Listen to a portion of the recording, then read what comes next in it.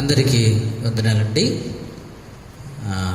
ఈ రోజున వారాంతర పరిచర్యలో భాగముగా మనము ఉపవాస ప్రార్థనను ప్రార్థన చేసుకొని మనం ప్రారంభించుకుంటాం. దయచేసి పనులంతా ముగించుకొని ఈ పరిచర్యలో పాలుపంపులు కలిగి ఉండవలసిందిగా ప్రభువు పేరిట మనవి. రండి, ప్రార్థన చేసుకొని పరిచర్యను ప్రారంభించుకుంటాం.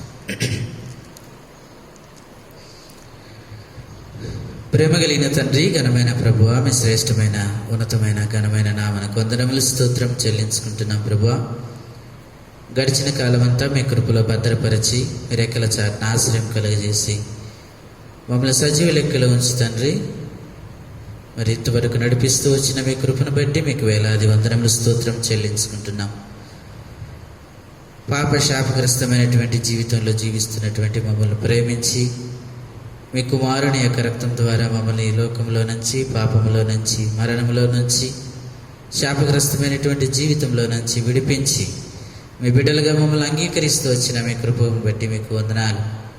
రక్షించి నాటి నుంచి నాటి వరకు నీ కృపలో భద్రపరిచి పోషించి బ్రతికించి నడిపించి ఇంతవరకు మీరు సహాయకుడిగా ఉండి ప్రభువా మాకు చేసిన ప్రతి మేలును బట్టి మేము స్తుతిస్తూ ఉన్నాం. ఈ సమయంలో మా ఆత్మీయ జీవితం అనుదినము మరి తండ్రి పోషించబడుటకే మీరు ఇచ్చిన మరి ఆదరణ గృహాన్ని బట్టి, ఏలేం ప్రార్థన మందిరాన్ని బట్టి మీకు వందనాలు. మందిరానికి ఇచ్చినటువంటి వారాంతర పరిచర్యలు బట్టి మీకు వందనాలు. ఈ సమయంలో వారాంతర పరిచర్యలో భాగముగా ఉపవాస ప్రార్థన ప్రారంభించుకుని చుండగా పాట ద్వారా మహిమ పొందుతురండి. వాక్యం ద్వారా మేము ఏ విధంగా ప్రార్థన చేయాలో మరి మీ వాక్యం ద్వారా మీరేం తెలియపరుస్తురండి. ఈ రీతిగా ప్రభువా మరి వాక్యానుసారమైన ప్రార్థన మేము చేయగలిగినట్లుగా మరి మీ వాక్యం అందించండి. అదే రీతిలో ఈ పరిచర్యలో పాలుపంపులు కలిగి ఉంటున్నటువంటి వారందరికీ కూడా ప్రార్థన చేస్తూ ఉన్నాం. మరి ఏ ఒక్కరు కూడా అశ్రద్ధగా ఉండకుండా పరిచర్యలో పాలుపంపులు కలిగి ఉండడానికి మీరు సహాయపడుతురండి. ఈ రీతిగా ఈ పరిచర్య అంతటి ద్వారా మీ నామానికి మహిమ ఘనత ప్రభావాలు తెచ్చుకుంటున్నామని యేసు పరిశుద్ధ నామను బట్టి అడిగి వేడుకొనిచున్నాము తండ్రి, ఆమేన్. పాటలు మనం ఒక పాట పాడుకుంటాము.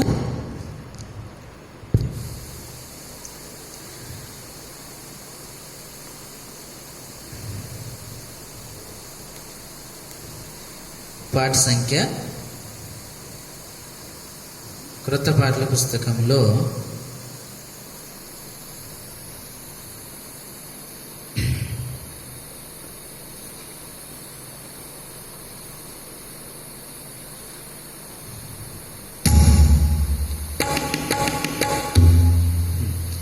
561 కొత్త పాటల పుస్తకంలో. పాత పాటల పుస్తకం అయితే మరి 474 పాత పాటల పుస్తకంలో 474, క్రొత్త పాటల పుస్తకం అయితే 561. ఆత్మదీపమును వెలిగించు ప్రభు అనే పాటను మనము పాడుకుంటాము.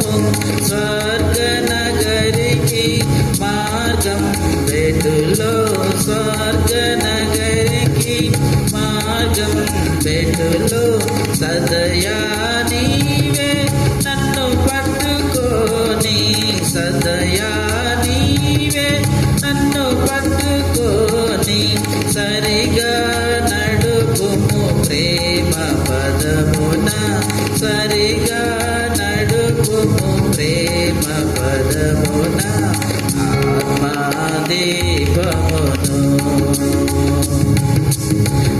ఆత్మదీపమును వెలిగించు యేసు ప్రభు ఆత్మదీపమును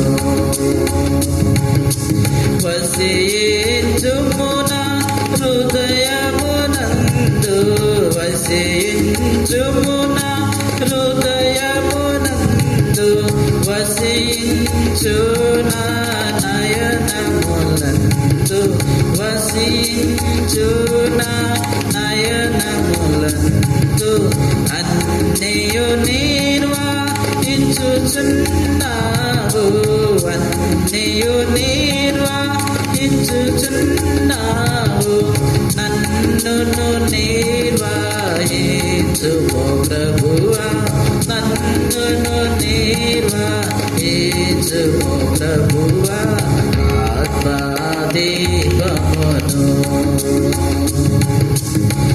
ఆత్మదీపమును వెలిగించు యేసు ప్రభు ఆత్మదీపమును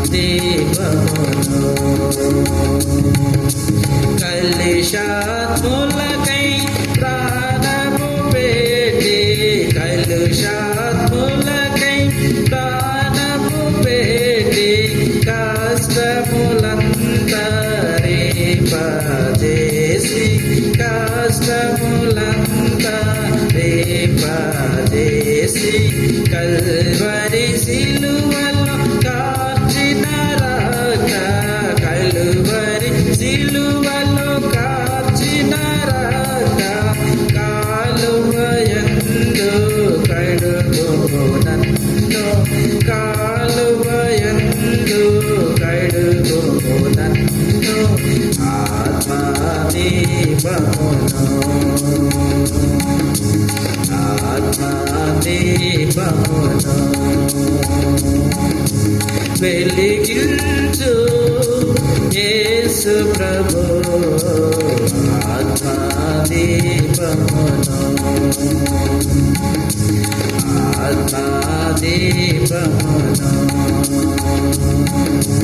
వెలిగించు యేసు ప్రభు ఆత్మదీపమును ఆత్మదీపమును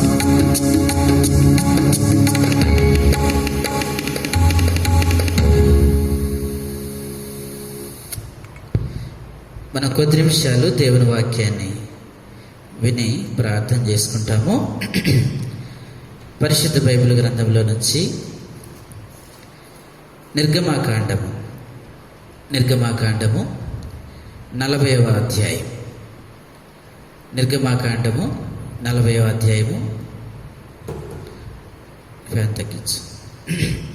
40వ అధ్యాయము 34-35 వచనాలు మనం కలిసి చదువుకుంటాం. 34-35 వచనాలు కలిసి చదువుకుంటాం. అప్పుడు మేఘము ప్రత్యక్షత గుడారమున కమ్మగా యెహోవా తేజస్సు మందిరమును నింపెను. ఆ మేఘము మందిరం మీద నిలుచుట చేత మందిరము యెహోవా తేజస్సుతో నిండెను గనుక మోషే ప్రత్యక్షత గుడారములోనికి వెళ్ళలేకుండెను. ప్రభు సాయం కొరకై చిన్న ప్రార్థన చేసుకుంటాము. దయచేసి తలలు వంచండి.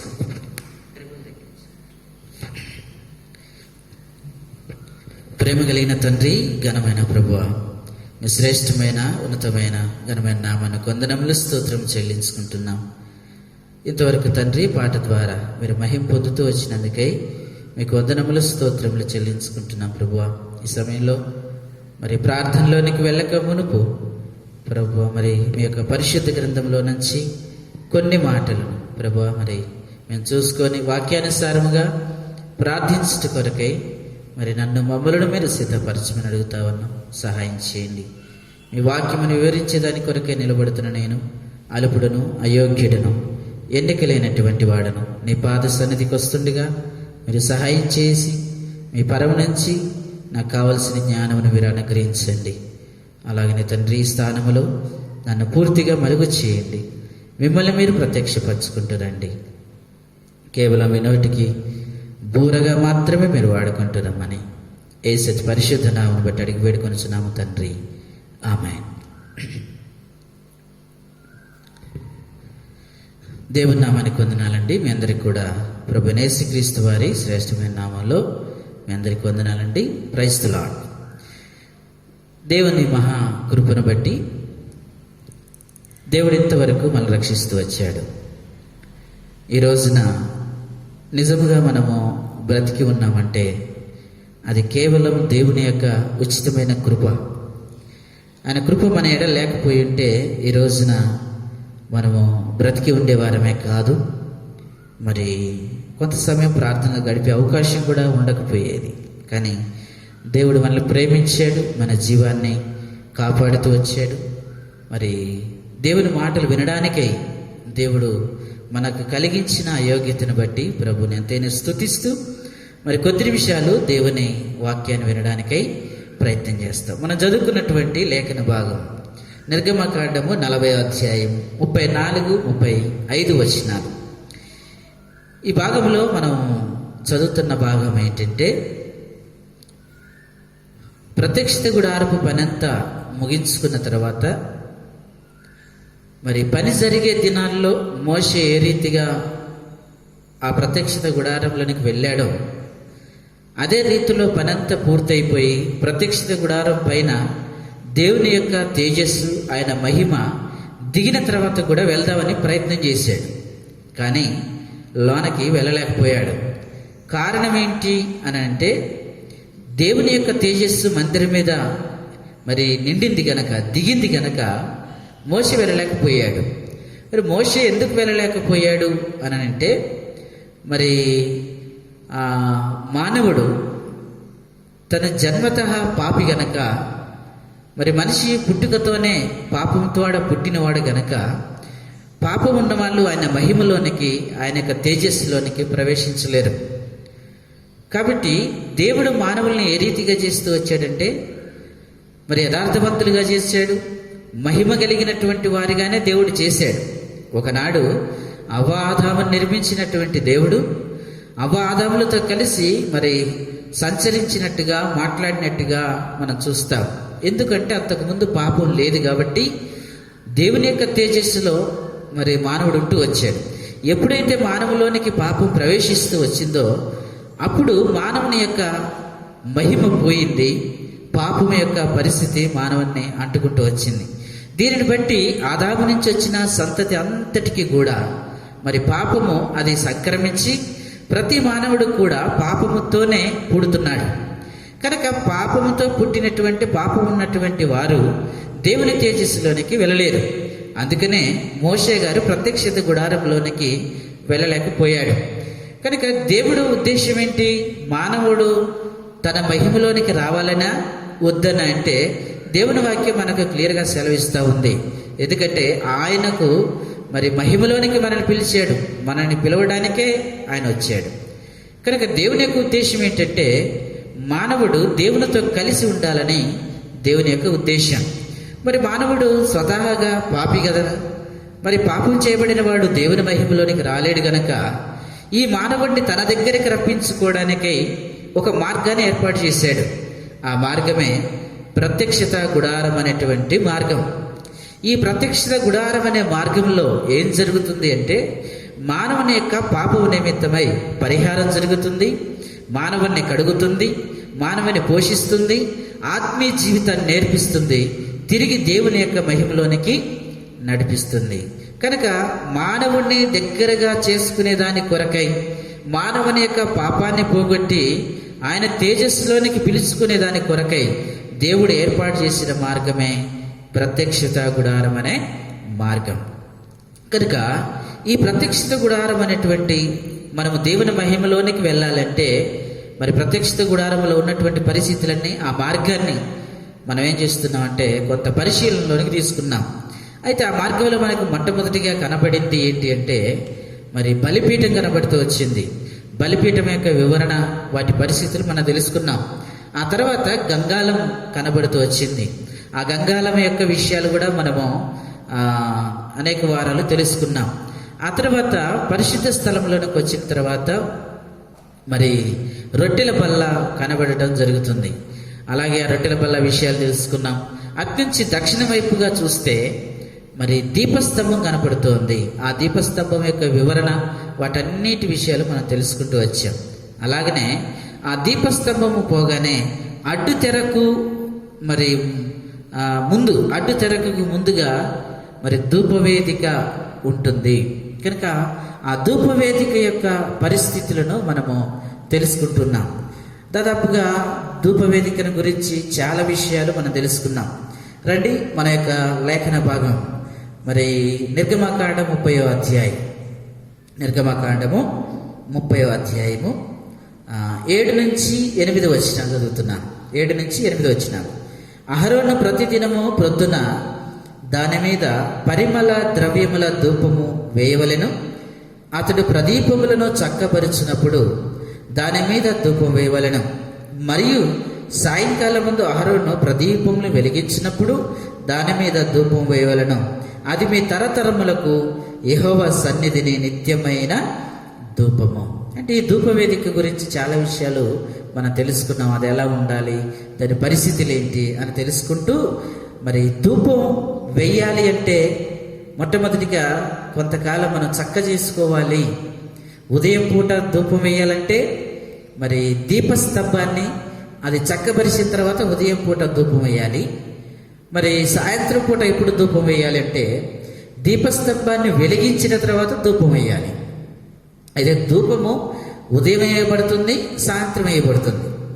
ఈ 2 పూటలు వేయబడినప్పటికీ కూడా ప్రతి పూటకు దీపస్తంభంతో దేవుడు అటాచ్మెంట్ పెట్టాడు. ఉదయం ధూపం వేయాలన్నా కూడా దీపస్తంభాన్ని చక్క చేయాలి. ఎందుకంటే దీపస్తంభం అంతా నైట్ అంతా ఎదుగుంటుంది కాబట్టి దాన్ని సరిచేయాలా, తుడవాలా, అన్ని చక్క చేసుకొని శుభ్రం చేయాలి. ఆ తర్వాతనే ధూపం వేయాలి. ఇప్పుడు మనం చదువుకున్న లేఖన భాగంలో అదే ఉంటుంది. మరి సాయంత్రం పూట ధూపం వేయాలంటే మరి చక్కపరిచినటువంటి ఆ దీపాన్ని వెలిగించిన తర్వాతనే ఈ అడ్డు తెరగా ఉన్నటువంటి ధూపవేదిక పైన ధూపం వేయాలి. కనుక ఈ విషయాల గురించి మనం తెలుసుకుంటున్నాం. మరి ఏం చక్కపరచుకోవాలి అనే విషయాలు చాలా సంగతులు మనం తెలుసుకున్నాము. తర్వాత గడిచిన మరి నేను ఎప్పుడు చెప్పానో తెలియదు, శనివారం పూట మన 8వ వచనంలో ఉన్నాం. మరియు సాయంకాలం మందు అహరోను ప్రదీపములను వెలిగించినప్పుడు దాని మీద ధూపము వేయాలి అనేది గత వారంలో ఒక అంశాన్ని చెప్పాను. ఇప్పుడు అదే అంశంలో నుంచి కొన్ని మరి లేఖన భాగాలు మనం చూసుకుంటాం. ఇక్కడ సాయంత్రం ముందు ధూపం వేయాలి, సాయంకాలం ముందు ధూపం వేయాలి అంటే ఖచ్చితంగా దేవుడు పెట్టినటువంటి నిబంధన ఏంటంటే దీపాన్ని వెలిగించిన తర్వాత ధూపాన్ని వేయాలి. దీపాన్ని వెలిగించకుండా ధూపాన్ని వేయకూడదు అనేది దేవుడు తెలియపరుస్తున్నటువంటి మాట. అది నిత్యమైన కట్టడం. ఇశ్రాయేలుల ప్రజలకు అది నిత్యమైనటువంటి కట్టడిగా దేవుడు నియమిస్తూ వచ్చాడు. కనుక మరి ధూపం వెయ్యాలి అంటే, ధూపం అంటే అర్థం ఏంటి? ఆత్మీయ సంగతులకు వస్తే ధూపము ప్రార్థనకు సాదృశ్యంగా ఉందని మనం తెలుసుకున్నాం. అంటే ప్రార్థనకు ముందుగా మరి దీపస్తంభాన్ని వెలిగించాలి. అంటే దీపం అంటే ఏంటి? మనకి సామెతల గ్రంథంలో చెప్పబడినట్లుగా నరుని ఆత్మ యెహోవా పెట్టిన దీపము. నరుని ఆత్మ యెహోవా పెట్టిన దీపం. అంటే ప్రార్థన కంటే ముందుగా దీపాన్ని వెలిగించాలి అంటే మనం ప్రార్థన చేయటానికంటే ముందుగా మన ఆత్మ వెలిగించబడాలి. మన ఆత్మను శుద్ధి చేసుకోవాలి.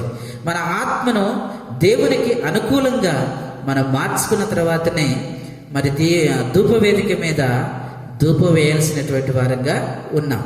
సరే, కొన్ని సంగతులు తెలుసుకొని మనం ప్రార్థనలోనికి ప్రవేశిస్తాం.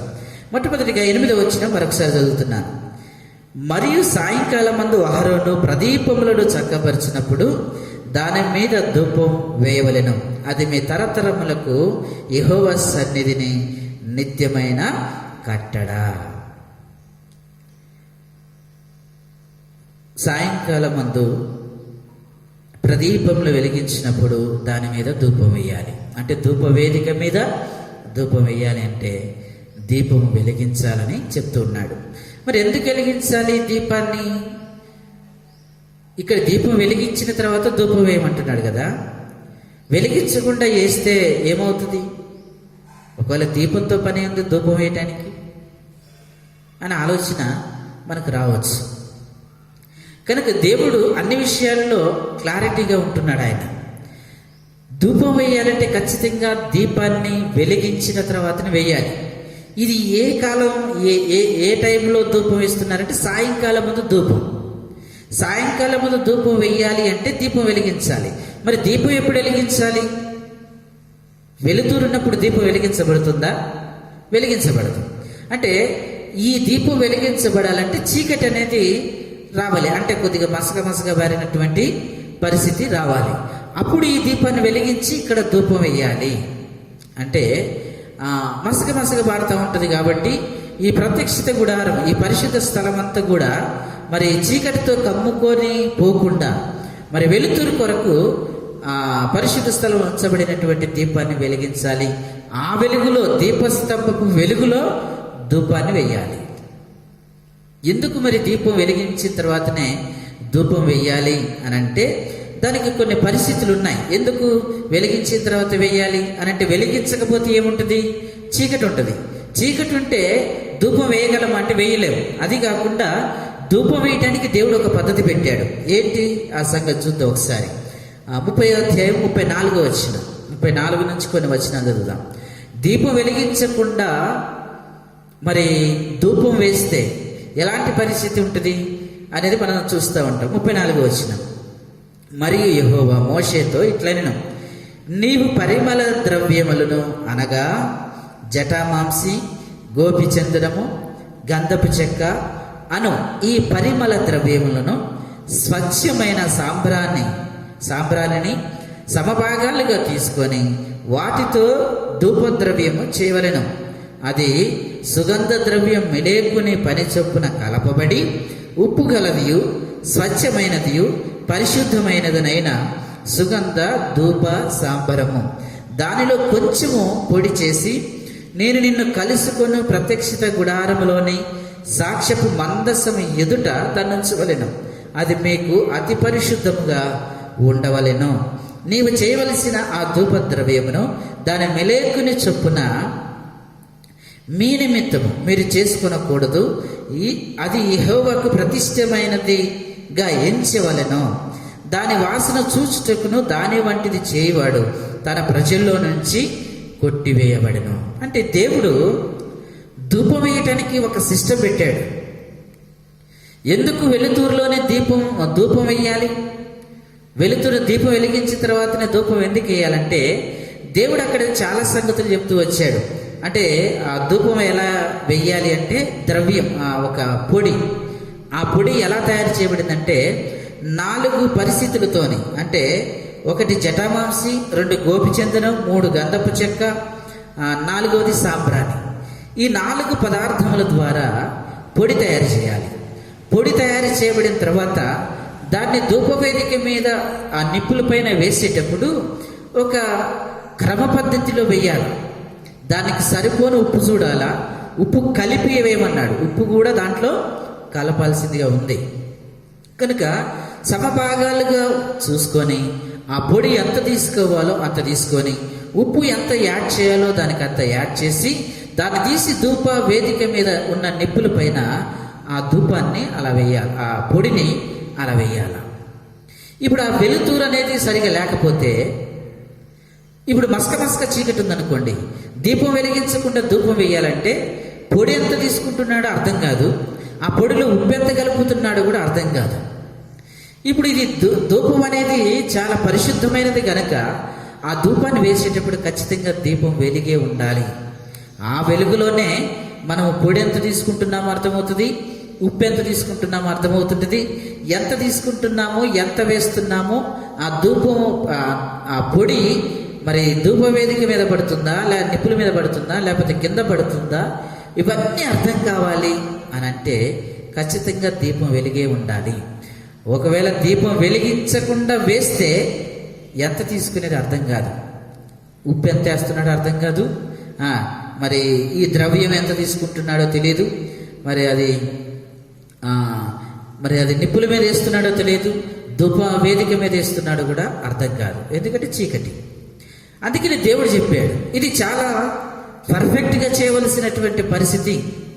అందుకనే యాజకులు పరిశుద్ధ స్థలంలో వారు నిద్రపోకుండా రాత్రంతా కూడా ఏం చేస్తూ ఉంటారంటే మెలకుగా ఉండి, మరి అటు దీపం ఆరిపోకుండా ఇటు ధూపము ఆగిపోకుండా రెండింటిని మెయింటైన్ చేస్తూ ఉంటారు రాత్రంతా కూడా. రాత్రంతా పరిశుద్ధ స్థలంలో ఉండి ఆ ధూపాన్ని వేస్తూ పొడిని జాగ్రత్తగా ఉప్పును ఇవన్నీ కలుపుతూ మరి ధూపం వేయటం, అటు దీపాన్ని సరి చేసుకోవటం. ఎందుకంటే ఇది దేవుడు మరి పరిశుద్ధమైనదిగా ఇచ్చాడు. ఒకవేళ దీపాన్ని వెలిగించకుండా వేస్తే ఏది ఎంత వేస్తున్నామో తెలియదు. మన ఇష్టానుసారానికి మనం ఎంత వేస్తే అంత దేవుడు ఒప్పుకోడు. దానికి ఒక లెక్క పెట్టాడు, దానికి ఒక పద్ధతి పెట్టాడు. ఆ పద్ధతి ప్రకారమే ధూపం వేయాలి, ఆ లెక్క ప్రకారమే ధూపం వేయాలి, ఆ లెంత్ ప్రకారమే ధూపం వేయాలి, ఆ సమభాగాలుగా ఉన్నదాన్నే వేయాలి. సాంబ్రాన్ని ఎంత తీసుకోమన్నాడు, మరి గంధపు చెక్క ఎంత తీసుకోమన్నాడు, గోపిచంద్రుని ఎంత తీసుకోమన్నాడు, జటామాంస ఎంత తీసుకోమన్నాడు. ఇవి సమభాగాలుగా తీసుకొని తగినంత ఉప్పు తీసుకొని వేయాలి. ఇవన్నీ తీసుకోవాలి అంటే దీనికంటే ముందుగా దీపం వెలిగించబడాలి. ఈ దీపం వెలిగించబడితేనే మనం కరెక్ట్గా వేయగలం. ధూపం పొడిని కరెక్ట్గా అర్పించగలం, కరెక్ట్గా ద్రవ్యాన్ని తీసుకోగలం, కరెక్ట్గా ఉప్పు యాడ్ చేయగలం, కరెక్ట్గా ఆ ధూప వేదిక మీద ఆ పొడిని చల్లగలం. ఎప్పుడు అంటే దీపాన్ని వెలిగించినప్పుడే. ఒకవేళ దీపాన్ని వెలిగించకుండా ధూపం వేయటానికి ప్రయత్నం చేస్తే, ఒకవేళ ఆ తీసుకున్న పొడికి కలిపిన ఉప్పుకు ఎక్కువ అవ్వచ్చు. అప్పుడు అది ఎక్కువైనప్పుడు ఏమైపోద్దంటే ఆ ధూపం వేసినప్పుడు ఆ ధూపానికి ఒక వాసన ఉంటుంది. కరెక్ట్గా పౌడర్ తీసుకొని కరెక్ట్గా ఉప్పు కలిపేస్తే అది సువాసనగా వస్తుంది.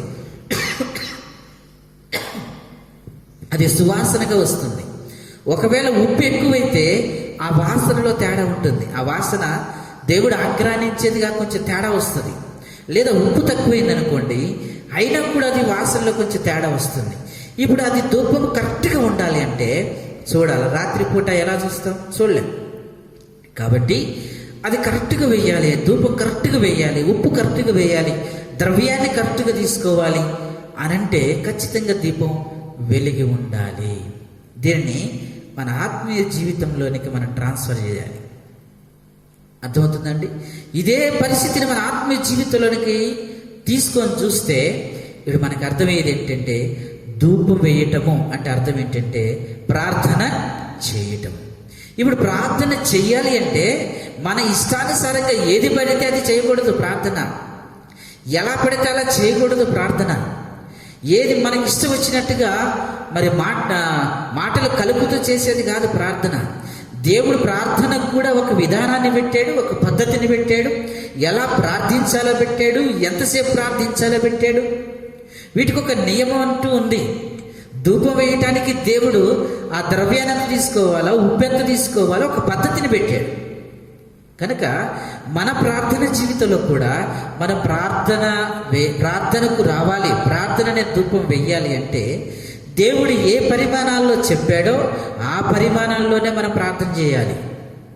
అంతేగాని మన ఇష్టానుసారానికి మనం ప్రార్థన చేసేది కాదు.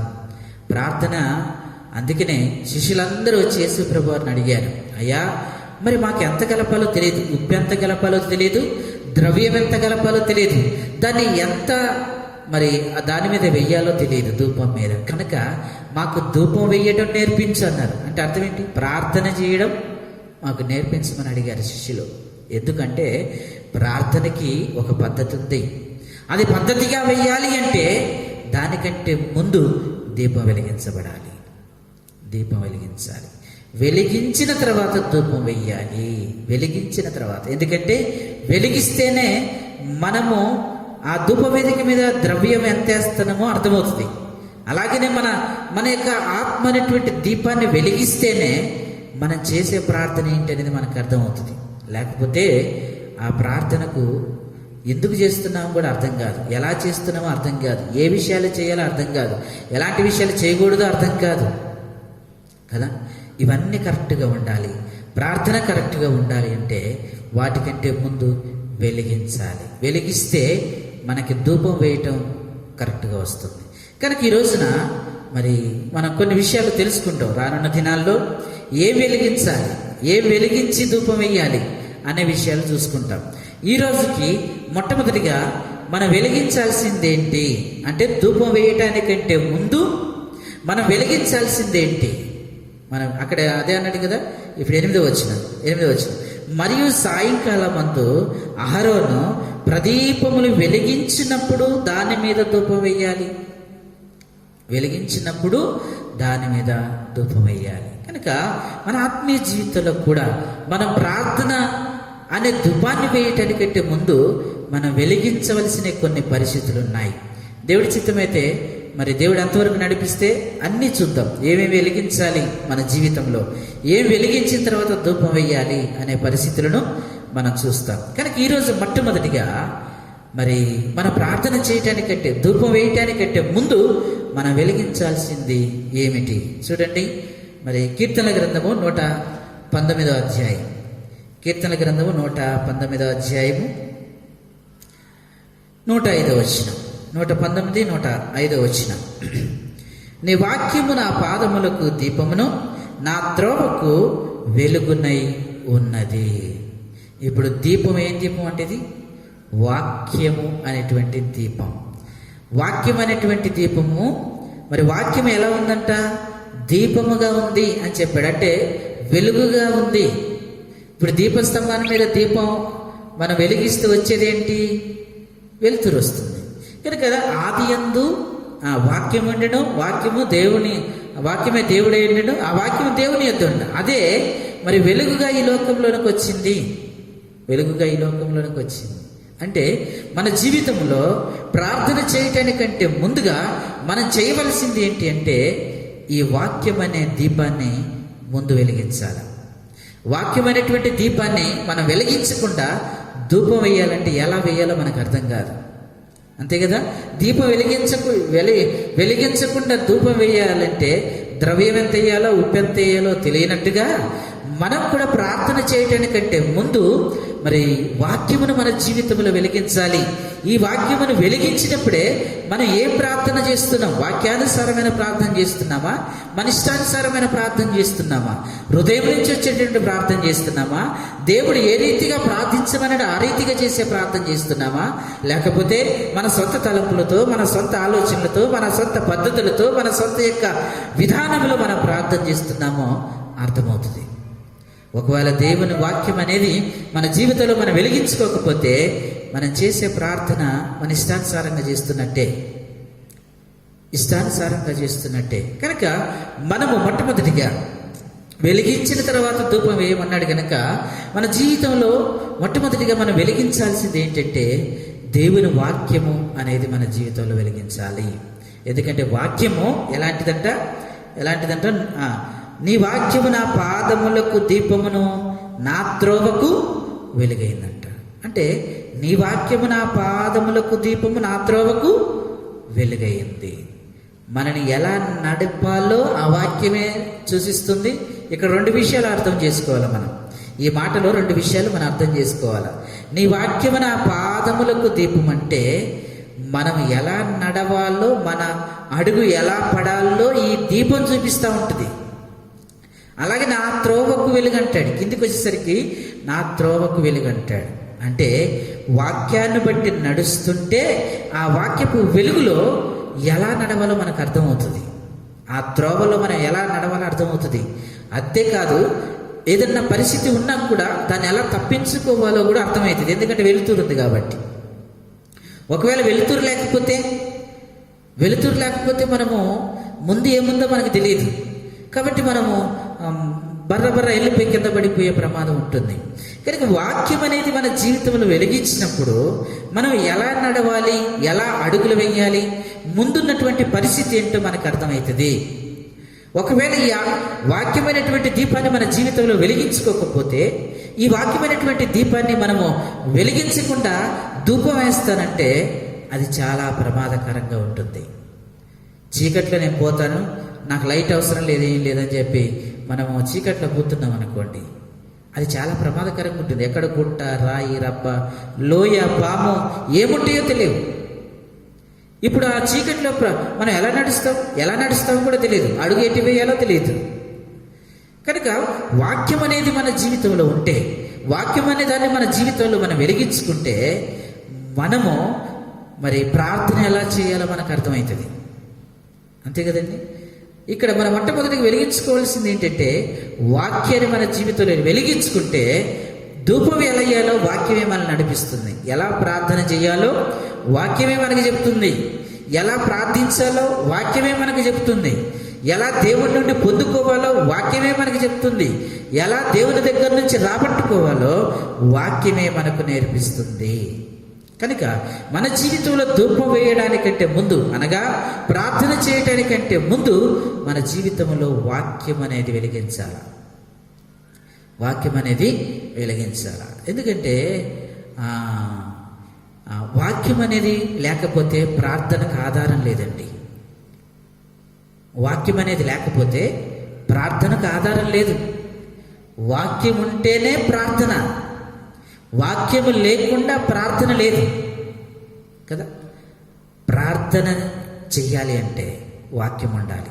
ఎందుకంటే ఆ వాక్యము మనకు నేర్పిస్తుంది. ఎలా అంటే మనం ఎలా ప్రార్థన చేయాలి, ఎవరి కొరకు ప్రార్థన చేయాలి, ఎలాంటి పరిస్థితుల్లో ప్రార్థన చేయాలి అనేది వాక్యం మనకు నేర్పిస్తుంది. ఆ వెలుగు మనల్ని ఆ ప్రార్థనలో అలా నడిపిస్తుంటుంది. కనుక మన జీవితంలో వాక్యం అనేటి దాన్ని వెలిగించినప్పుడు మనం ఎలా ప్రార్థన చేస్తున్నామో మనకు అర్థమవుతుంది. కనుక కొంతమంది పరిస్థితులు చూద్దాం ఒకసారి. మార్కు సువార్త 7వ అధ్యాయంలో ఒక మాట రాయబడుతూ వచ్చింది, చదువుదాం. మార్కు సువార్త 7వ అధ్యాయం, మార్కు సువార్త 7వ అధ్యాయము 7వ అధ్యాయం 8వ వచనం చదువుదాం. మార్కు సువార్త 7వ అధ్యాయము 8వ వచనం నుంచి, 7వ అధ్యాయము 8వ వచనం నుంచి చదువుదాం. 8వ వచనం నుంచి, మీరు దేవుని ఆజ్ఞను విడిచిపెట్టి మనుషుల పారంపర్య చర్యను గైకొనుచున్నారు. మీరు మరియు ఆయన మీరు మీ పారంపర్య చర్యను గైకొనుటకు దేవుని ఆజ్ఞను బొత్తిగా నిరాకరించుదురు. నీ తల్లిదండ్రులను గణపరచవలననియు తండ్రినైనను తల్లినైనను దూషించువానికి మరణశిక్ష విధింపవలనే మోషే చెప్పాను కదా. అయినను మీరు ఒకడు తన తండ్రినైనను తల్లినైన చూచి నా వలన నీకు ప్రయోజన మగునది ఏదో అది కోర్బాను అనగా దేవతార్ప్యం అని చెప్పిన ఎడల తన తండ్రికైనను తల్లికైనను వానిని ఏమీ చేయనీయక, తన తండ్రికైనను తల్లికైనను వానిని ఏమీ చేయనీయక మీరు నియమించిన మీ పారంపర్యచర్యము వలన దేవుని వాక్యమును నిర్ధారకము చేయుదురు. ఇటువంటివి అనేకములు మీరు చేయుదురని చెప్పాను. ఇక్కడ చూడండి, యేసు ప్రభు వారు మరి పరిసయ్యులతోనూ పైన 5వ వచనం గాను, అప్పుడు పరిసయ్యులు శాస్త్రులు కొంతమంది యేసు ప్రభు వారి దగ్గరికి వచ్చారు. యేసు ప్రభు వారి దగ్గరికి వచ్చి, మరి మీ శిష్యులు చేతులు కడుక్కోకుండానే భోజనం చేస్తున్నారని చెప్పేసి మరి చెప్పడం ప్రారంభించారు. అక్కడ ఒక విషయాన్ని చెప్తున్నాడు యేసు ప్రభు. ఏంటి అంటే, మీరు నియమించిన మీ పారంపర్య చర్య వలన దేవుని వాక్యమును నిరార్థకము చేయుదురు, అటువంటివి అనేకములు మీరు చేయుదురు అంటారు. అంటే వాక్యాన్ని నిర్లక్ష్యం చేసి వీళ్ళు ఏం చేస్తున్నారు, శాస్త్రులు పరిసయ్యులు ఏం చేస్తున్నారంటే నిజమైనటువంటి వాక్యాన్ని పక్కకు పెట్టేసి ఇక్కడ మీరు నియమించిన అంటాడు, మీరు నియమించిన అంటాడు. నేను ఒకసారి ఏదో సందర్భంలో వాక్యం చెప్తూ చెప్పాను, ధర్మశాస్త్రాలు 2 ఉన్నాయని. ఒకటి మోషే ఇచ్చిన ధర్మశాస్త్రం శ్రేష్టమైంది. శాస్త్రులు పరిసయ్యులు వారికంటూ తమకంటూ కొత్త స్వంత సూచనలు రాసుకున్నారు. వాళ్ళు కొన్ని నియమించుకున్నారు. అందుకని యేసు ప్రభువు ఇక్కడ దాన్ని బయటకు తీస్తున్నాడు. వాళ్ళు నియమించింది కూడా ధర్మశాస్త్రాన్ని ప్రజలకు పరిచయం చేశారు. ఇవి కూడా వారు పలికిన మాటలు దేవుడు పలికిన మాటలుగా వారు చెప్పి ఇశ్రాయేలు ప్రజలను వీరు నియమించిన నియమాలే పాటించేటట్టుగా భ్రమలోనికి నెట్టేశారు. అందుకని నేను 2వ ధర్మశాస్త్రము అని చెప్పాను. అక్కడ మరి మన పౌలు గారు కూడా అంటూ ఉంటాడు, ధర్మశాస్త్ర విషయంలో కొట్టివేయబడిందని. ఏ ధర్మశాస్త్రం కొట్టివేయబడిందంటే వీళ్ళు పెట్టుకున్నటువంటి ధర్మశాస్త్రం. ఇక్కడ 12వ వచనం, మీరు నియమించిన మీ పారంపర్య అంటాడు. అంటే వీరు దేవుని వాక్యాన్ని పక్కకు పెట్టేశారు, వాళ్ళు నియమించుకున్నటువంటి ఆచారాలను కొనసాగించడం ప్రారంభించాడు. అందుకనే మనకు బాగా తెలిసిన వాక్యము లూకాసు సువార్త 18వ అధ్యాయం 10వ వచనంలో, ఇద్దరు వ్యక్తులు ప్రార్థన చేయడానికి వస్తారు. అందులో ఒకరు మరి పరిసేయుడు, ఇంకొకరు సుంకరి. పరిసేయుడు ఎలా ప్రార్థన చేస్తున్నాడు?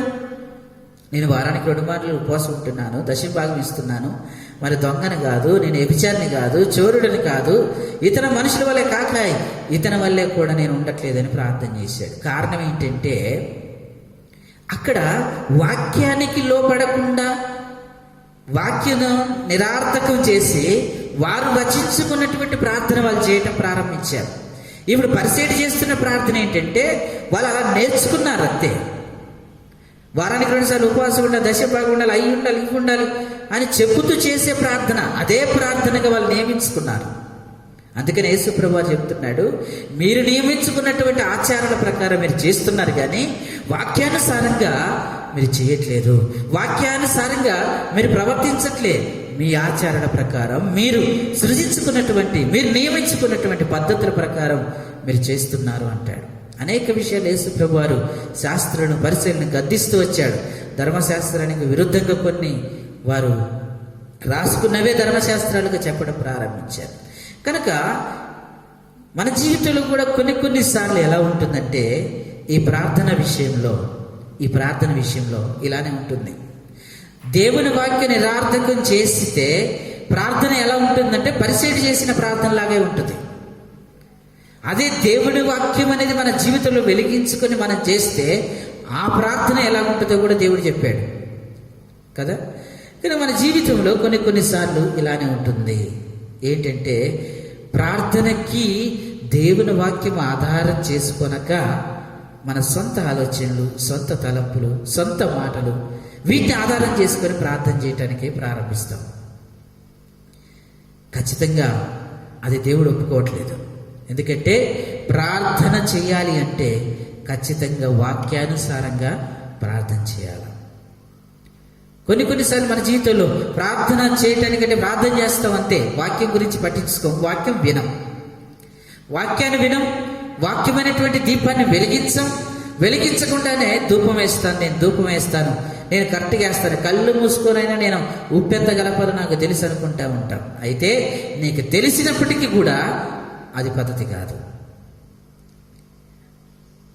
వాక్యాన్ని వినాలి, వాక్యమనే దీపాన్ని వెలిగించాలి, వాక్య ప్రకారంగా నడవాలి, ఆ తర్వాత ధూపం వేయాలి. అది పరిశుద్ధమైన ధూపం.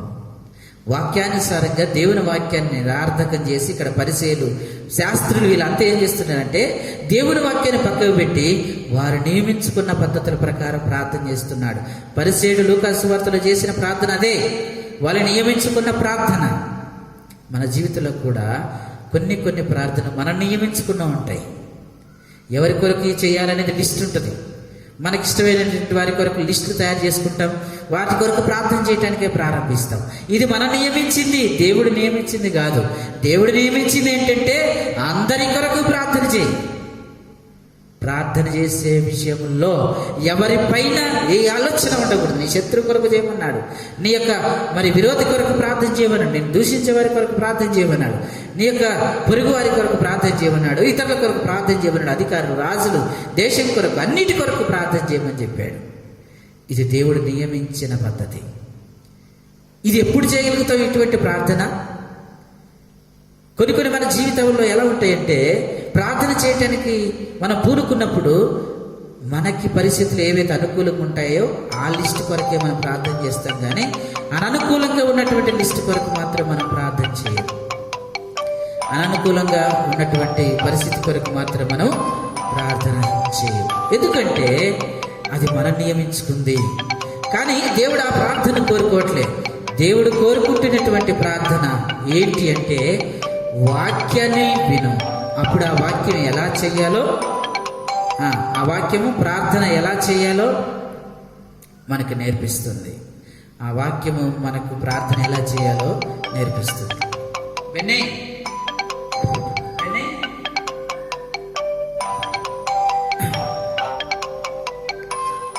ఆ వాక్యము మనల్ని ఏం చేస్తుందంటే ఎలాగూ ప్రార్థన చేయాలో మనకు నేర్పించేదిగా ఉంటుంది. ఇక్కడ మరి శాస్త్రులు పరిశీలన ఏం చేస్తున్నారంటే వాక్యాన్ని నిరార్థకం చేసి వారు నియమించుకున్నటువంటి పద్ధతులను వారు ఫాలో అవుతున్నారు. ఇంకో మాట చూద్దాము. యోహాను సువార్త 8వ అధ్యాయం 37వ వచనం. యోహాను సువార్త 8వ అధ్యాయం 37వ వచనం. యోహాను సువార్త 8వ అధ్యాయం 37వ వచనం. 37వ వచనం. మీరు అబ్రహాము సంతానమని నాకు తెలియను, అయినను మీలో నా వాక్యమునకు చోటు లేదు గనుక నన్ను చంప వెతుకుచున్నారు అంటాడు. చూసారండి, ఇక్కడ కూడా ఎవరితో మాట్లాడుతున్నాడు? యూదులతో మాట్లాడుతున్నటువంటి మాటలు ఇక్కడ కనబడుతూ ఉన్నాయి. అక్కడ ఏమంటాడంటే 37వ వచనం, మీరు అబ్రహాము సంతానమని నాకు తెలుసు, అయినను మీలో నా వాక్యమునకు చోటు లేదు గనుక నన్ను చంప వెతుకుచున్నారు అన్నాడు. అంటే ఇప్పుడు వాక్యం ఉంటే ఏమవుతుంది? ఆయన చంపడానికి చూడరనే వాక్యం చెప్తా ఉంది. యేసుప్రభు వారు ఏం చెప్తున్నాడంటే మీలో నా వాక్యము లేదు కనుక నన్ను చంపడానికి చూస్తున్నారు, అదే నా వాక్యం మీలో ఉండుంటే నన్ను వెతకడానికి చూసేవాళ్ళు అనే అర్థం. ఇక్కడ యేసుప్రభు వారు క్లియర్గా చెప్తున్నారు, నా వాక్యమునకు చోటు లేదు కనుక నన్ను చంపాలని చూస్తున్నారు, అదే నా వాక్యానికి మీరు చోటించుంటే, అదే నా వాక్యానికి మీరు నా వాక్యాన్ని వెలిగించి ఉంటే నన్ను వెతికేవారు. ఈ రోజున మన జీవితంలో ప్రార్థనకు మనము ధూపు వేయటానికి వస్తే మన ఇష్టానుసారంగా మనం ధూపు వేయటానికి లేదు, వాక్యానుసారంగా. ఒకవేళ వాక్యానుసారంగా వేయకపోతే ఇక్కడ ఏమంటున్నాడు చెప్పండి? నన్ను చంప చూసే వారితో సమానం. వాక్యానుసారమైనటువంటి ప్రార్థన మన జీవితంలో చేయకపోతే, వాక్యానుసారమైనటువంటి పద్ధతి ప్రకారంగా మన ప్రార్థన నేర్చుకోకపోతే, మన సొంత ఉద్దేశాలతో సొంత తలంపులతో మనము అనుకున్నటువంటి మాటలతో మనం ప్రార్థన చేయటానికి ఉపకరిస్తే అక్కడ ప్రమాదం ఏందో తెలుసా? అక్కడ అంటున్నాడు, నన్ను చంప వెతుకుతున్నారు. చంపడానికి యేసు ప్రభు వారిని చంపడానికి వెతికినట్లుగా వాక్యం లేకపోతే ఆయన చంపినటువంటి వారంగా మనం ఉంటాం. కనుక మన ప్రార్థన మనకి ఎలా ఉండాలి అంటే వాక్యాన్ని వెలిగించాలి. ముందు వాక్యం అనే దీపాన్ని వెలిగించినప్పుడు ఆ వాక్యం ఎలా చెయ్యాలో ప్రార్థన నేర్పిస్తుంది. ఈ రోజున వాక్యాన్ని మన జీవితంలో వెలిగించుకోకుండా నేను ధూపం వేస్తానంటే ఏ ధూపం వేస్తావు? ఉప్పెంత వేస్తావు? ఎవరి కొరకు చేస్తావు? ఎలా చేస్తావు? ఏ పద్ధతి ప్రకారం చేస్తాం కదా? అనేకసార్లు మన వ్యక్తిగత జీవితాల్లో కూడా మనం ఏం చేస్తుంటాడు, గబగబ పరిగెత్తుకుని వస్తాం, ఆ మోకాల మీదకి వచ్చేసి 4 మాటలు ప్రార్థన చేస్తాం. దానికి వాక్యానికి ఆధారం ఏముండదు. ప్రార్థన చేసుకునేటప్పుడు కాస్త వాక్యం చదువుకుందాం. ఒక అధ్యాయం 2 అధ్యాయాలు. ఎందుకంటే ప్రార్థనకు వాక్యం కావాలి. వాక్యంతోనే మనం ప్రార్థన చేయటం, ఆ వాక్యము మనం ప్రార్థన చేయటం ఎలాగో నేర్పిస్తుంది. కనుక ప్రార్థన చేసేటప్పుడు వ్యక్తిగత జీవితంలోనైనా కుటుంబ జీవితంలోనైనా వాక్యం అనేది ఉండాలి. ఈ రోజున వాక్యం వినడానికి ఇష్టపడం, వాక్యాన్ని చేర్చుకోవడానికి ఇష్టపడం, వాక్యాన్ని మరి మన జీవితంలో వెలిగించుకోవడానికి ఇష్టపడం. కానీ నేను ధూపం వేస్తాను, దేవుడు చచ్చినా సరే అక్కడ ఏమంటాడంటే మీరు నాకు వాక్యానికి చోటు ఇవ్వలేదు కాబట్టి నన్ను చంపడానికి చూస్తున్నారంటాడు. నువ్వు చచ్చిన బాధ లేదు, నువ్వు వాక్యాన్ని నీ చోటియం, ప్రార్థన మాత్రం నువ్వు చచ్చిందాక చేస్తావు అన్నట్టుగా మన ప్రార్థన ఉంటుంది. కానీ అది మరి వాక్యానుసారమైనటువంటి ప్రార్థన కాదు. వాక్యానుసారమైన ప్రార్థన ఏంటంటే అది ఎలా చేయాలో మనకు నేర్పిస్తుంది. అదే మనం నియమించుకున్న ప్రార్థన అయితే ఎవరి కొరకు చేయాలి, వీరి కొరకు మాత్రం చేస్తే చాలే, వారికి అవసరం లేదులే, వాళ్ళ గురించి ఎందుకులే, వీళ్ళ గురించి చేద్దాం అనే భావనే అది వాక్యానుసారం కాదు. ప్రార్థన అనేది అందరి కొరకు చేయాలి, ప్రార్థన. ఎందుకంటే అది వాక్యానుసారం.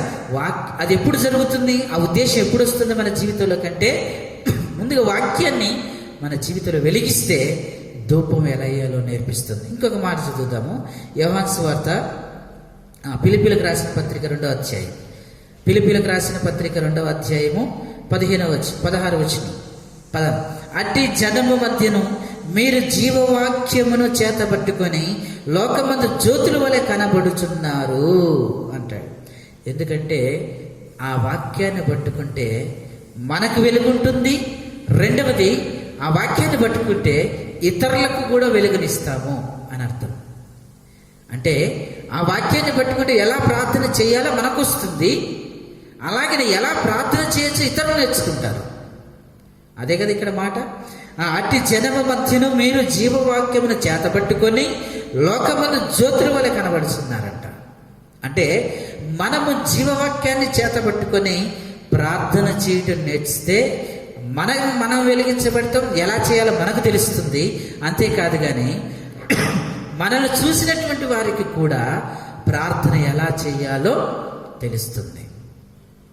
వాక్యాన్ని పట్టుకున్నప్పుడు మనకు అర్థమవుతుంది, అలాగనే ఇతరులకు కూడా అది అర్థమవుతుంది. ఎలా చేయాలని వాళ్ళకు కూడా వెలుగు వలె మనం ఉంటాం. ఈ రోజున మనం ఉద్దేశపూర్వకంగా ప్రార్థన చేయడం ప్రారంభిస్తే ఇతరులకు మనం ఏం నేర్పిస్తున్నాం? నేర్చుకునేవాడు ఏం నేర్చుకుంటాడు? అదే నేర్చుకుంటాడు. మనం ఏ ఉద్దేశాలు పెట్టుకొని ప్రార్థన చేస్తున్నామో, ఏ తలంపులు పెట్టుకొని ప్రార్థన చేస్తున్నామో, ఏ పరిస్థితులు ఉద్దేశించి ప్రార్థన చేస్తున్నామో, ఎలాంటి పరిస్థితులు ఆలోచించి ప్రార్థన చేస్తున్నామో అదే ఇంకొకటి నేర్చుకుంటాడు. అదే ఇంకొకరు నేర్చుకుంటారు. అది ఇంకొకరు నేర్చుకుంటారు. అది ఇంకొకరు నేర్చుకుంటారు. అది ఇంకొకరు నేర్చుకుంటారు. మొత్తానికి అందరు నేర్చుకొని ఇప్పుడు అందరు కలిసి ఏం చేస్తున్నారంటే ప్రభువుని చంపుటకై ప్రయత్నం. కానీ అది కాదు. వాక్యానుసారంగా ప్రార్థన మనం చేయటం నేర్చుకొని వాక్యానుసారంగా ప్రార్థన చేస్తూ ఉన్నప్పుడు ఇతరులు మనల్ని చూసి వాక్యానుసారంగా ఎలా చేయాలో వారు నేర్చుకుంటారు. మనం ఎలా అయితే జ్యోతుల వలె వెలిగించబడితే ఇతరులకు వెలుగు వలె ఉన్నాం. కాబట్టి మన జీవితంలో ప్రార్థన వాక్యానుసారంగా ఉండాలి. వాక్యానుసారంగా ఉండాలంటే మన ధూపం వెయ్యాలి అంటే మన వాక్యం అనే దీపాన్ని వెలిగించినప్పుడు మాత్రం ధూపం వేయాలి. వాక్యాన్ని వినకుండా. అందుకని సామెతల గ్రంథంలో మరి 28వ అధ్యాయం 9వ వచనంలో ఒక మాట రాయబడుతూ వచ్చింది. సామెతల గ్రంథం 28వ అధ్యాయం 9వ వచనం. ధర్మశాస్త్రం వినకుండా 28వ అధ్యాయం 9వ వచనం. ధర్మశాస్త్రం వినపడకుండా చెవిని తొలగించుకుని వాని ప్రార్థన హేయము. వాక్యము వినకుండా ప్రార్థన చేస్తానంటే ఆ ప్రార్థన దేవుడికి అవసరం లేదు. వాక్యానుసారంగా ప్రార్థన చేస్తేనే దేవుడికి అవసరం. అది ఆ ధూపద్రవ్యము ఎంత తీసుకోవాలో అంతే తీసుకోవాలి. ఉప్పు ఎంత కలపాలో అంతే కలపాలి. ఈ నిప్పుల మీద ఎంత వేయాలో, వేసిన ప్రతిసారి ఎంత వేయాలో అంతే వేయాలి క్రమ పద్ధతిగా. ఇష్టానికి ఇంత పట్టుకొని బడేలు మనకు కొట్టి రోడ్లో ఏమంటే మంత్రగాడు చేసినట్టుగా చేయటం కాదు. ఇంత పట్టుకొని ఎంత వేస్తామో తెలియదు. ధూపం వేయటానికి వచ్చిన ఆయన దగ్గర అది ఉంటుంది. దాన్ని తీసుకొని ఆయన ఎంత వేయాలో అంత వేస్తాడు అంతే. ఎంత పొగ కావాలో అంత అతను చల్లేదు తెలుసు ఆయన. కనుక మనకి అది తెలియాలంటే వాక్యం అనే దీపాన్ని వెలిగించినప్పుడు మన జీవితంలో వాక్యం కొరకు మనం ఆశపడి వాక్యానుసారంగా బ్రతకటకు నిర్ణయం తీసుకొని వాక్యానుసారంగా ప్రార్థించటకే సిద్ధపడినప్పుడు మనం ప్రార్థన ఎలా చేయాలో మనకు అర్థమవుతుంది. కనుక ధర్మశాస్త్రం వినపడకుండా తన చెవిని తొలగించుకుని వాని ప్రార్థన హేయము అని అంటాడు. రెండవుతుందా? హేయము అని అంటాడు. కనుక ప్రార్థన చేయుటకు ముందు మనం వాక్యం అనే దీపాన్ని వెలిగించాలి మన జీవితంలో. చాలా మటుకు వాక్యాన్ని వినకుండా ప్రార్థన చేయడానికి చాలా ఫాస్ట్గా ఉంటాం. మనం గబగబా వస్తాం, ప్రార్థన చేస్తాం, టకటక వెళ్ళిపోతాం. ఏ వింటాం? వాక్యం వినకుండా ప్రార్థన ఎలా చేయగలుగుతాం? మన ఇంట్లో మందిరాలు అంటే మందిరంలో పరిస్థితులు కాదు, ఇంట్లోనైనా సరే మనము ప్రార్థన చేయాలి అంటే వాక్యం చదువుకోవాలి. వాక్యానుసారంగా ప్రార్థన చేయటం నేర్చుకోవాలి. ఎందుకంటే అది దీపం. ఆ దీపం వెలుగులో మనం ధూపం ఎంత వేయాలో అర్థమవుతుంది. అలాగనే యేసు ప్రభు వారు కూడా ఎలా ప్రార్థన చేస్తూ వచ్చాడో ఒక రిఫరెన్స్ చూసుకొని మనం గబగబ ముగించుకుంటే యోహాను సువార్త 15వ అధ్యాయం 7వ వచనం. యోహాను సువార్త 15వ అధ్యాయం 7వ వచనం. సమయము ఎక్కువ అవుతా ఉంది. 15వ అధ్యాయం 7వ వచనం. క్షమించండి. మత్తయి సువార్త 14:22. మత్తయి సువార్త 14:22. మత్తయి సువార్త 14వ అధ్యాయం 22వ వచనం. వెంటనే ఆ జన సమూహమును తాను పంపివేసినంతలో తన శిష్యులు ధోని ఎక్కి తనకంటే ముందుగా అద్దరికి వెళ్ళవలనని ఆయన వారిని బలవంతము చేసిన. ఆయన ఆ జన సమూహాలను పంపివేసి ప్రార్థన చేయుటకై ఏకాంతముగా కొండ ఎక్కిపోయి సాయంకాలం అయినప్పుడు ఒంటరిగా ఉండెను. యేసు ప్రభు వారు ప్రార్థన చేయటానికంటే ముందు ఆయన ఏం చేసేవాడు తెలుసా? వాక్యమును బోధించేవాడు. పగలంతా బోధించేవాడు, రాత్రంతా ప్రార్థనలో గడిపేవాడు. అంటే వాక్యాన్ని వెలిగించేవాడు, తర్వాత ప్రార్థన చేసేవాడు. మన జీవితంలో వాక్యమునికి మనం ప్రాముఖ్యతనివ్వాలి. వాక్యమును మన హృదయంలో చేర్చుకోవాలి. ఆ ప్రకారంగానే ప్రార్థన చేయాలి. ఎందుకంటే ఆ వాక్యపు వెలుగులో మనకు అర్థమవుతుంది మనం చేసే ప్రార్థన ఏంటి, మనం ఎలా చేయాలి, ఎవరి కొరకు చేయాలి, ఎంతమంది కొరకు చేయాలి, ఎలాంటి పరిస్థితుల కొరకు చేయాలో వాక్యం మనకి నేర్పిస్తుంటుంది. ఒకవేళ వాక్యమును మన జీవితంలో వెలిగించుకోకపోతే ప్రార్థన ఎలా చేయాలో తెలియదు. కనుక దేవుడు చెబుతూ ఏం చెప్తున్నాడంటే, ధూపం వేయటానికంటే ముందుగా నిర్గమకాండం 30వ అధ్యాయం 8వ వచనం. మరియు సాయంకాలం ముందు అహరోను ప్రదీపమును వెలిగించినప్పుడు దాని మీద ధూపము వేయవలెను. ఎందుకంటే వెలిగిస్తే ఎంత వేస్తున్నాడో అర్థమవుతుంది, ఎలా వెయ్యాలో అర్థమవుతుంది, ఉప్పెంత గలపాలో అర్థమవుతుంది. అలాగనే మన జీవితంలో వాక్యం అనే దాన్ని మనం వెలిగించినప్పుడు ఆ వాక్యం మనం ఎలా ప్రార్థన చేయాలో నేర్పిస్తుంది. ఆ ప్రార్థన ఎలా కంటిన్యూ కావాలో వాక్యం మనకి నేర్పిస్తాం. కనుక మన ధూపం వేయటానికంటే ముందుగా వెలిగించాల్సింది మొట్టమొదటిది మరి వాక్యమును మన జీవితంలో వెలిగించాలి. ఇది మొట్టమొదటి అంశం. కనుక ఇంకా చూద్దాం మన జీవితంలో ఏమేమి వెలిగించి మనం ధూపం వేయాలో రానున్న దినాల్లో మనం చూస్తాం. ఆ రీతిగా మన జీవితంలో వాక్యానుసారంగా మనం ప్రార్థన చేయట కొరకై మరి మనం సిద్ధపడదాం. దేవుడి మాటలు దీవించునుగాక. రండి ప్రార్థన చేసుకుంటాము. కొన్ని విషయాల కొరకు ప్రార్థన చేయండి. మరి ఏలే మందిర పరిచర్యల కొరకు ప్రార్థన చేయండి. అలాగే మరి ఏలేములో ఉన్నటువంటి కుటుంబాల కొరకు ప్రార్థన చేయండి. అనారోగ్యంగా ఉన్నటువంటి వారి కొరకు ప్రార్థన చేయండి.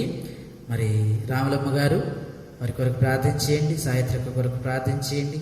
రామయ్య గారి కొరకు ప్రార్థన చేయండి. అలాగే మరి శారక్క కొరకు ప్రార్థన చేయండి. అలాగే మాధవక్క మరి కొంత కాళ్ళ నొప్పులు, అక్క ఎంత బాధపడుతూ ఉంది, అక్క కొరకు ప్రార్థన చేయండి. అలాగే మరి కృష్ణవేనక్క కొరకు ప్రార్థన చేయండి. థైరాయిడ్ సమస్య నుంచి విడుదల ఇచ్చినట్లుగాను. అలాగే శ్రేష్ఠ కొరకు ప్రార్థన చేయండి. మరి కొంత సైకిల్ తొక్కుతూ చిటికిన వేలు కొంత కట్టేయండి, కుట్లు వేశారు. మరి దేవుడు స్వస్థపరిచినట్లుగా చక్కగా ఆ ఎముక కూడా కొంచెం బ్రేక్ అయింది. ఆ ఎముక కూడా అల్లుకొన్నట్లుగా కలిసినట్లుగా మీ వ్యక్తిగత ప్రార్థనలో జ్ఞాపకం చేసుకునండి. అలాగే మరి అనిల్ వాళ్ళ నాన్నగారి కొరకు ప్రార్థన చేయండి. అలాగే శాంతన్న వాళ్ళ అమ్మగారి కొరకు ప్రార్థన చేయండి. అలాగే మరి యోనా అన్న కొరకు ప్రార్థన చేయండి.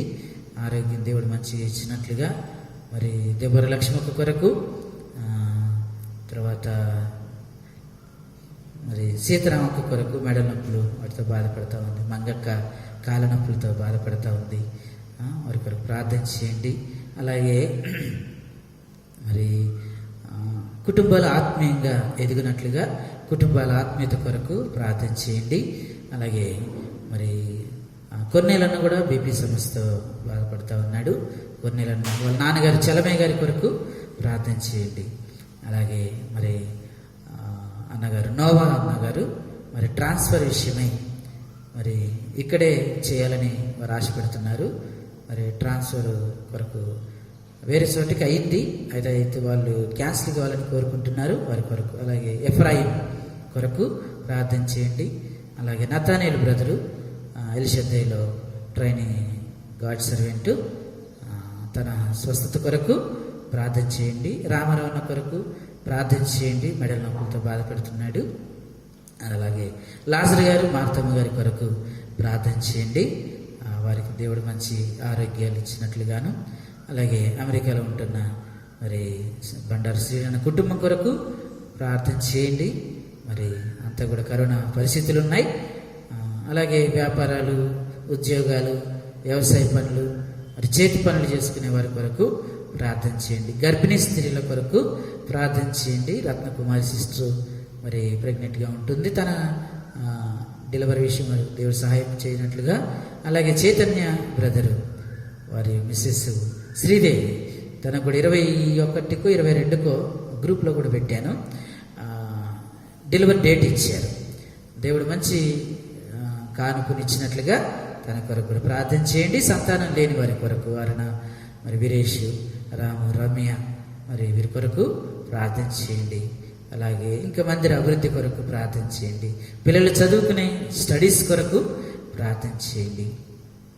అలాగే ఇంకా అవసరతలు, మీకు తెలిసినటువంటి అవసరతలన్నిటి కొరకు మరి ప్రార్థన చేయండి. కొంత సమయం మరి ప్రార్థనలు గడుపుతాం. నేను ప్రార్థన చేసి ముగిస్తాను, మీరు కొంత సమయం ప్రార్థించుకోవడానికై సిద్ధపడండి. ప్రేమ కలిగిన తండ్రి, ఘనమైన ప్రభువా, మరి ఇంతవరకు మీ వాక్యం ద్వారా మీరు మాట్లాడుతూ వచ్చారు.